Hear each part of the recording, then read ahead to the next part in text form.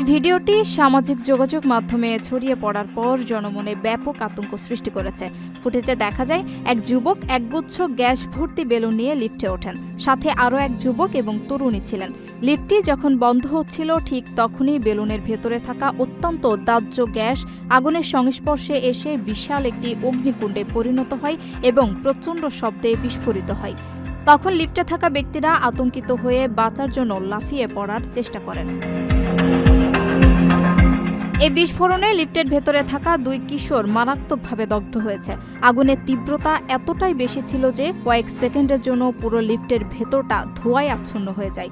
সৌভাগ্যবশত লিফটের দরজা খুলে যাওয়ায় তারা দ্রুত বেরিয়ে আসতে সক্ষম হন, নতুবা ঘটনাটি বড় প্রাণহানির কারণ হতে পারত।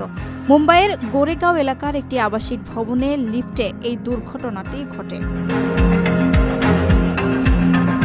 তদন্তে জানা গেছে বেলুনগুলোতে সাধারণ হিলিয়াম গ্যাসের পরিবর্তে সস্তা ও অত্যন্ত দাহ্য হাইড্রোজেন গ্যাস ভর্তি ছিল। বিশেষজ্ঞদের মতে আবদ্ধ পরিবেশে বা লিফটের মতো জায়গায় দাহ্য গ্যাস নিয়ে চলাচল করা এবং সেখানে আগুন বা লাইটার ব্যবহার করা চরম দায়িত্ব জ্ঞানহীনতার পরিচয়। জননিরাপত্তার স্বার্থে প্রশাসন এখন আবাসিক এলাকাগুলোতে এ ধরনের বেলুন বা দাহ্য পদার্থ ব্যবহারের বিষয়ে কড়াকড়ি আরোপের কথা ভাবছে।